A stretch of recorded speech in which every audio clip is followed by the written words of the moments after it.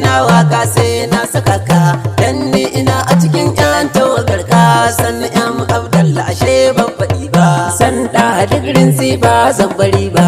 Ya Mustafa Annabi sallama nake yi, kullum ido san kallon ka yake yi. Na rasa ma Annabi ne yayi zan yi, kar in mace ni ban arba da kai ba. San da digirin si ba zan bari ba, wallahi Annabi ne kai ne a raina. Ya kashi babban rika buɗan idona, begen ka in nayi ka amsa nufina.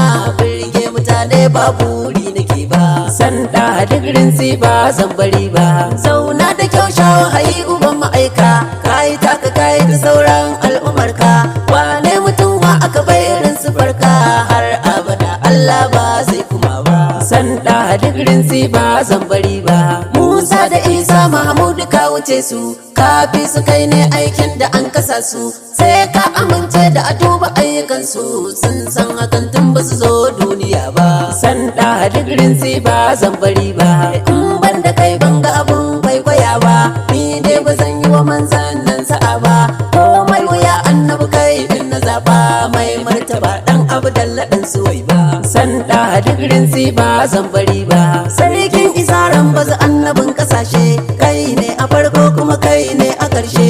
Sha baitukan masana ka girma kushe, an tal imamul akbar sanni abba. San da digirin si ba zan bari ba, mai tausayi mai jin kan al'umma ne.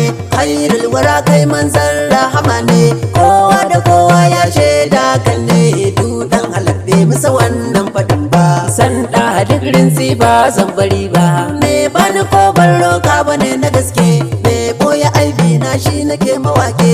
Babban halifa karshen zuwa da aike, kai na rike har abada ban saki ba.